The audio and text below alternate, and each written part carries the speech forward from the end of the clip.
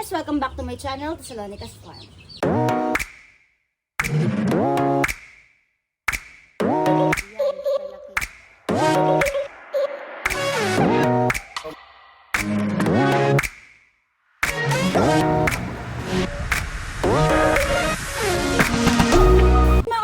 Short vlog lang po ito dahil ayan, yung mga nag-hatch natin na eggs na na-incubate is na-hatch na at nakalagay na po dito sa ating brooder. So ipapakita ko po sa inyo yung mga sisiw natin na mga na-hatch na. Ayan, mga day old yan, wala pa pong 1 week. 1 week old yung ating mga manok. So yan pong binibideo ko po sa inyo, ito po ay mga golden boy sweater at white kelso. Ayan. So ito po ang white kelso. Tapos, ito naman po yung Golden Boy sweater. Pure breed po. Galing sa linyada ni Sir Bibo Enriquez at AEJ Game Farm ng Batangas. So, meron din tayong mga battle crosses po na mga White Kelso half, broodcock, then 1/4 po ng GBS Golden Boy sweater and 5K sweater cross sa Boston sweater.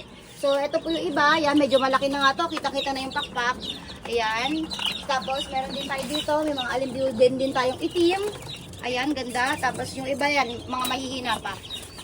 Ayan. So, may mga ongoing pa tayo na i-hatch na naka-incubate pa until now. So, nasa 300 eggs pa yon. Kaya may madadagdag pa dito ngayong February and March hatching.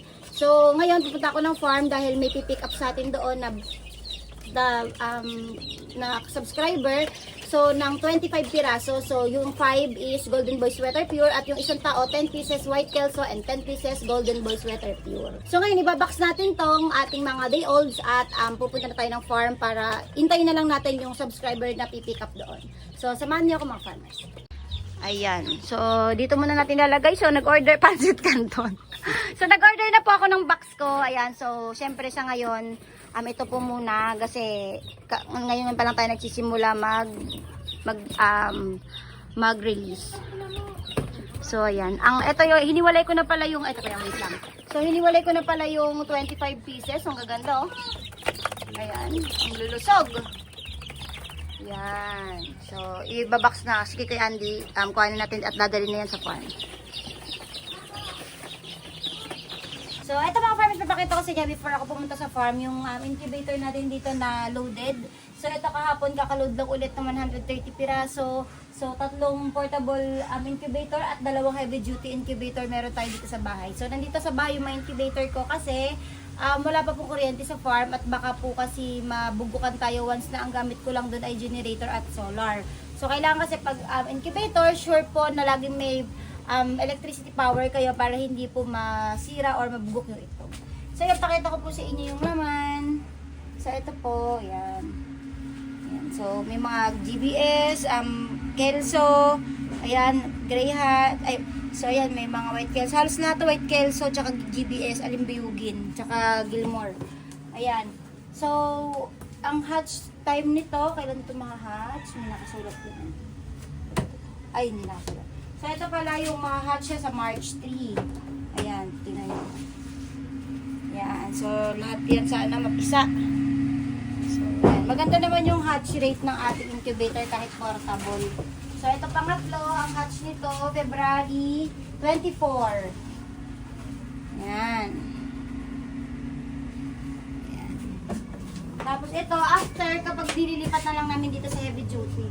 So, bali, nasa around kulang 400 piraso ng itlog, pati 3 piraso na incubator. So, yun yung asahan natin na mapipisa ngayong February and March na month. So, ngayon punta tayo ng farm dahil may pupunta doon for pick up ng mga day olds at i-vlog ko para po makita nyo. So, ayun mga farmers, dumating na tayo dito sa farm at mag-wait na lang tayo sa pick up ng ating day olds.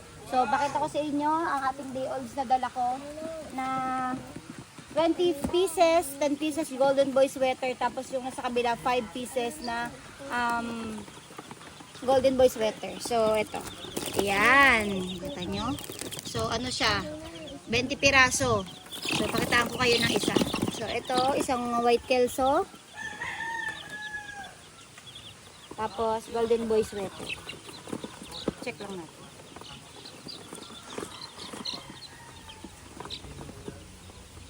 Yan. So, ito naman yung, ito isang buyer lang to. Tapos ito naman yung 5 piraso na GBS or Golden Boy sweater from AEJ Game Farm. Yan.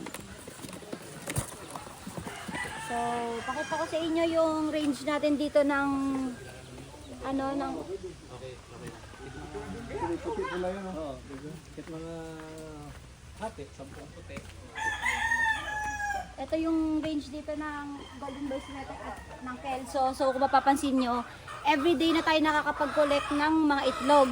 So, kaya marami tayo na-incubate per week. So, every Saturday, inuuwi ng tauhan ko yung mga itlog sa bahay kasi doon po tayo i-incubate. So, ayan yung mga materials natin dito ng mga pure breed. So, marami pa po tayo sa flying pen sa kabila na kung saan kinocross natin yung white kelso sa GBS or sa Golden Boy sweater. So, ayan, makita ninyo, ayan na yung ating mga nakokolekt ngayong araw. So, ito, Golden Boy sweater, pure. So, meron na tayong 3, 6, 9, 12. White kelso pure. Ayan, so, ayan, meron na rin. Tapos, ito, may cross na tayo, yung crosses natin. Ayan. Yan.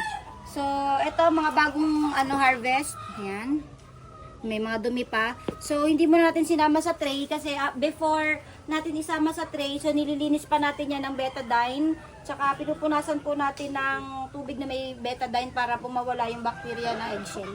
So, para maiwasan yung pagkabulok, tsaka pagka ng itlog, yung bugok. Ayan. So, ito, meron pa dito. Oh, ayan. Ito, dito natin lalagay yung mga rejects. So, ito, meron makuha na uha. So, makita ninyo, ito, may isang itlog dito na, ayan o, alimpiyugin. Ayan. Bagong itlog lang. Ayan. So, hindi mo natin sasama to doon kasi, pag nagpipiking tayo ng itlog, minamarkingan muna natin to. Tapos, itong itlog, i-marking po natin to, tapos saka natin isasama kung sa crosses man or kung saan. So, lagay ko muna dito. So, syempre, kaya yung mga inahin natin ay magandang umitlog at marami tayo lagi nakukuha mga eggs everyday. So, ito lang yung secret ko sa mga inahin ko. So, pinapainom ko syempre yan na egg 1000 by Battlecock. Kasi dito sa egg 1000, para tuloy-tuloy ang pangingitlog. Syempre, hindi maganda yung quality ng itlog, hindi bugok. Tapos, syempre, laging may similya yan. So, yan, ang ganda nito, ayan, no? Egg 1000 yung pinaiinom natin sa umaga, then sa hapon, Beatmint Pro sa mga inahin. So, ayan. So, gumamit na rin kayo ng egg 1000 dahil sa egg 1000, ayan, ang dami natin na incubate na itlog at marami kayong makukuha sa aking mga day olds. Ayan, thank you so much, egg 1000. Ayan. So, ayan, ito yung mga materials natin ngayon. At medyo umulan ngayon dito sa farm. At okay pa rin naman yung kanilang sitwasyon here. Ito, mga white kelso. Ayan.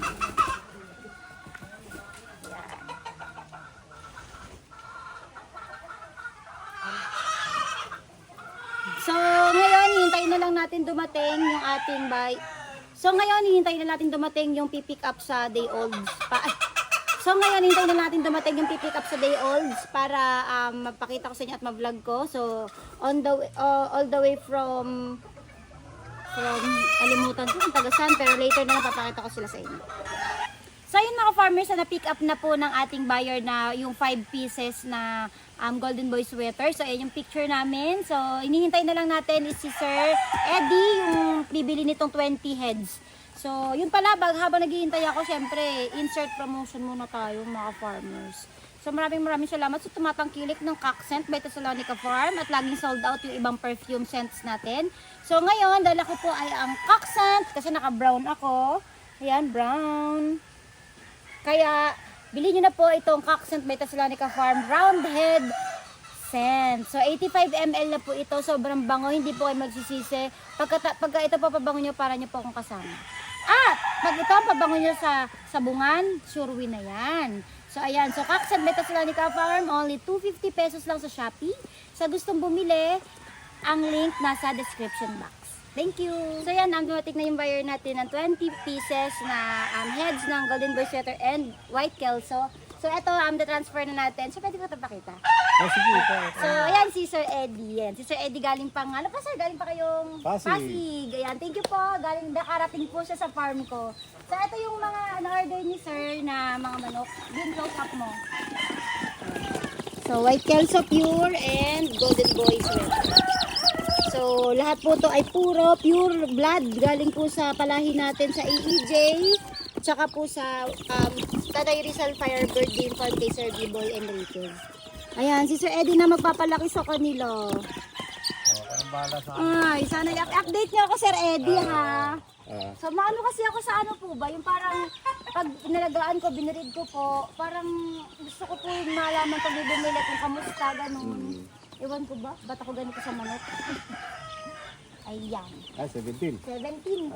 Kasi may nahalong 3 cross, pero pure lang si Sir Eddie. So, ayan, sir. Sana po mapalaki niyo at maging... Kaya lang, hindi kayo mamatay sa biyahe. Hindi man yan, sir. Yung isa, galing pang Pasay pa yung lalamove ba yun, sir? Meron naman butas ko. So, yun mga farmers, so, successfully na nakapagpa-pick up na tayo dito sa farm ng dalawang order.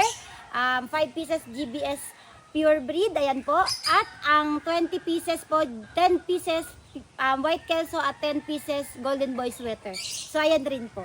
So ayan, maraming salamat Sir Linezo din at Sir Eddie na nakapagbisita po kayo dito sa aking farm para po-make up sa mga palahi po natin ng mga day-old chicks pure breed.